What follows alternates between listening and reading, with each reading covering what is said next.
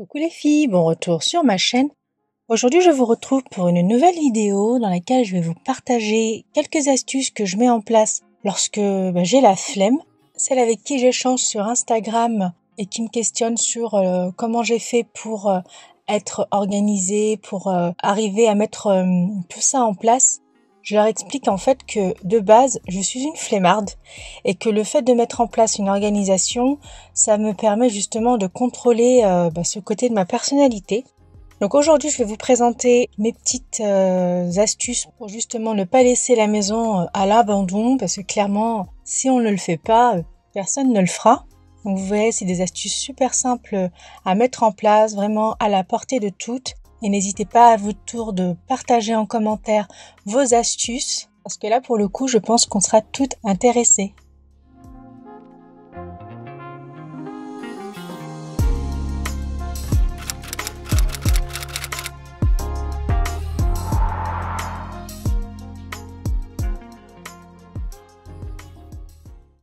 Donc pour commencer, je voulais vous parler des lingettes. Donc je vous avais déjà présenté sur ma chaîne mon DIY pour faire des lingettes avec un rouleau d'essuie-tout. C'est vraiment très pratique, c'est économique et puis on sait ce qu'il y a dedans. Ça fait plusieurs jours que je n'en ai plus. La dernière fois que j'y ai pensé, la marque que j'utilise était out of stock. Il faut absolument utiliser une marque de qualité pour ne pas que ça se déchire. Et puis quand j'y suis retournée, j'ai complètement oublié. Et donc là, je me suis dit que ce serait l'occasion de faire des lingettes qui soient réutilisables. Donc il y a quelques mois maintenant, je vous avais présenté dans un haul ces chiffons microfibres. Ça se vend par lot de 50. Ça m'avait coûté un peu moins de 15$. C'était chez Aldi, donc si ça se trouve, il y en a de votre côté également. Je vous invite à aller voir. Franchement, c'est super intéressant. Vous pouvez également utiliser différentes couleurs à utiliser dans différentes pièces, salle de bain, cuisine, etc. Ces lingettes-là, je les utilise exclusivement dans la cuisine. Je vais voir ce que ça va donner et le cas échéant, je pense que j'achèterai une autre couleur. Il me semble qu'il y avait du gris pour les salles de bain. Donc là, je vais faire le test. Je vais utiliser ce bocal-là, mais là, clairement, vous utilisez le contenant que vous voulez. Ça peut être une grande boîte en plastique. Il faut juste que ce soit hermétique. Je vais rouler mes chiffons de façon à ce que le chiffon aille jusqu'au fond. Il va y avoir un nid de produit au fond du contenant. Donc là, pour mon contenant, j'ai réussi à en mettre 14. Il faut éviter de trop serrer, sinon dès que vous prendrez un chiffon, il y en a d'autres qui vont sortir également. Alors pour le produit que je vais mettre à l'intérieur, vous verrez, je l'ai fait en 2 fois parce qu'en fait mon contenant il est grand. La première fois, j'ai mis 800 ml d'eau, de l'eau du robinet, 100 ml d'alcool, vous pouvez mettre du vinaigre sans problème, et un peu de liquide vaisselle, donc là j'ai dû mettre 6 coups. Donc j'essaie d'en mettre un peu partout, sur les côtés, vraiment partout. Comme je vous l'ai dit juste avant, je me rends compte qu'il n'y en a pas assez. Parce qu'en fait, je voulais qu'il y en ait sur les chiffons, mais également avoir un espèce de nid au fond du bocal. Du coup, je réitère l'opération avec exactement les mêmes quantités. Si vous avez aimé mon système avec l'essuie-tout, je suis sûre que ça va également vous plaire parce que là pour le coup c'est lavable, c'est réutilisable, donc beaucoup plus écologique, plus économique également. Et puis le fait que ce soit des chiffons microfibres et non pas de l'essuie-tout, je pense qu'on pourra nettoyer également plus d'espace vu c'est épais, c'est du textile, donc voilà, ça va pas se déchirer. Toutes ces raisons font que ce sera un système que je vais adopter sans problème.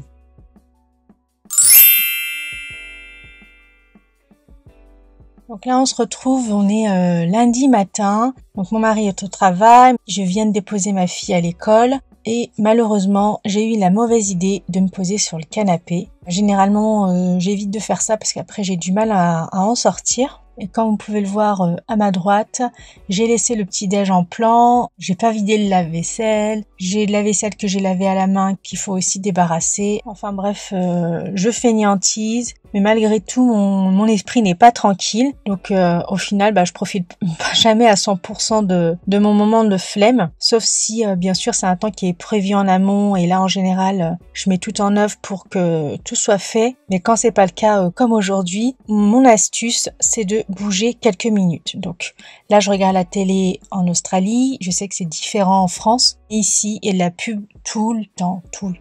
Donc en gros, il y a à peu près 4 minutes de programme, 4 minutes de pub. 4 minutes de programme, 4 minutes de pub.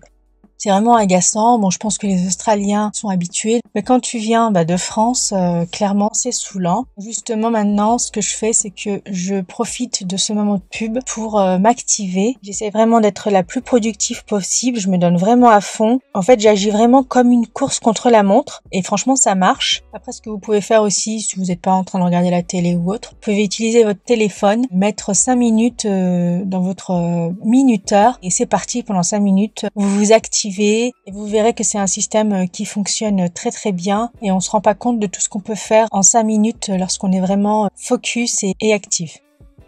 Là voilà, deuxième moment de pub, je vous l'ai dit, il y en a tout le temps. Donc là je vais en profiter pour vider le lave-vaisselle. Donc vous connaissez mon astuce avec l'aimant. Quand il y a l'aimant, ça veut dire que la vaisselle qui est à l'intérieur est propre et il ne faut rien rajouter. Donc ça évite d'avoir des bols de céréales sales avec de la vaisselle propre. C'est super simple à mettre en place et en plus ça coûte pas cher. Donc là, ça me permet d'introduire ma troisième astuce. Donc j'essaye toujours de contourner les outils que j'ai pour qu'ils fassent d'autres tâches à ma place. Donc là, je vais parler donc du lave-vaisselle. Je vous avais déjà dit dans une précédente vidéo que j'utilisais mon lave-vaisselle pour laver la vaisselle, bien évidemment, mais également pour bien d'autres choses. Donc là, comme vous le voyez, je vais mettre les grilles de ma plaque de cuisson, je vais mettre les brûleurs. Et quand je mets mes brûleurs dans le lave-vaisselle, j'utilise toujours le même emplacement que sur ma plaque de cuisson. Comme ça, j'ai pas à me dire où va tel brûleur ou tel brûleur. Hop, je prends et je sais directement que celui-ci va, par exemple, en haut à droite. Je vais également mettre les filtres de la hotte, mais aussi le bac de mon lave-linge. Pour ce genre de choses, j'utilise un programme court.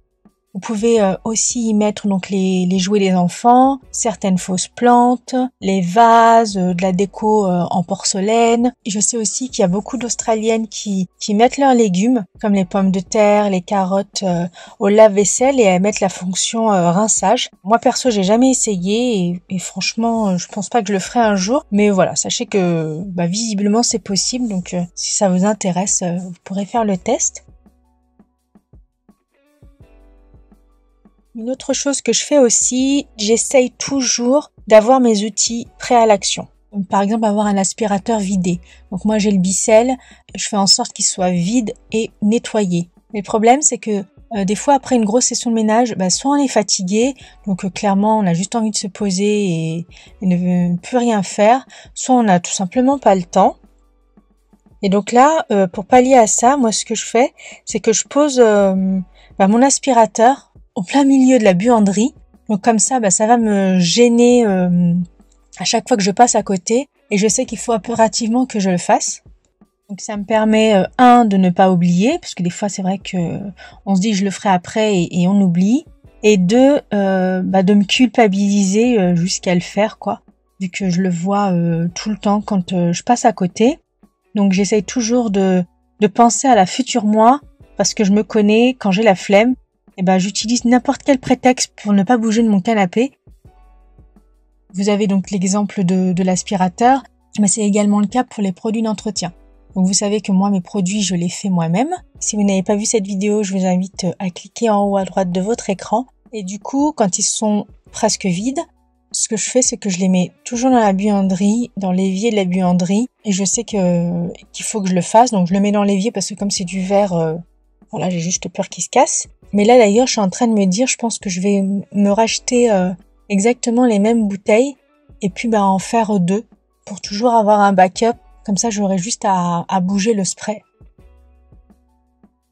Et enfin, dernière astuce, ça je ne vous le répéterai jamais assez, c'est d'avoir un intérieur désencombré, une déco minimaliste. Moins il y en a, plus c'est simple à ranger et plus on garde le contrôle de l'espace. Pour savoir comment y arriver, je pense que c'est un sujet que je traiterai dans une de mes masterclass. Vraiment, avoir un espace désencombré, ça nous fait gagner un temps considérable. C'est tellement important pour moi que, par exemple, j'aimerais bien m'acheter un air fryer, mais je ne le fais pas, tout simplement parce que je n'ai pas de place. et que tous les appareils que j'ai, j'en ai besoin et je compte les garder, la seule place serait de le mettre sur mon plan de travail. Et comme je veux pas encombrer, du coup ça me freine à l'achat et je n'achète pas pour cette raison. C'est vraiment une règle toute simple, mais dans mon cas, ça me permet vraiment de garder le contrôle. Parce que sinon j'achèterais à gogo. D'ailleurs, petite parenthèse, sachez que je viens de créer un compte Instagram Maman Budgétisation, donc j'ai commencé à y poster. Donc je vous donnerai des astuces, des systèmes à mettre en place pour budgétiser, économiser, investir et à éduquer les enfants sur toutes les questions argent. Si ça vous intéresse, le lien est en barre d'infos. Donc la vidéo touche à sa fin, j'espère qu'elle vous aura plu, j'espère qu'elle vous aura été utile. Donc n'hésitez pas à nous mettre en commentaire vos astuces à vous. En tout cas, moi ça m'intéresse grandement, toutes les astuces sont bonnes à prendre pour m'aider à contrôler ce côté de ma personnalité. Sur ce, prenez soin de vous et je vous dis à mercredi pour une prochaine vidéo.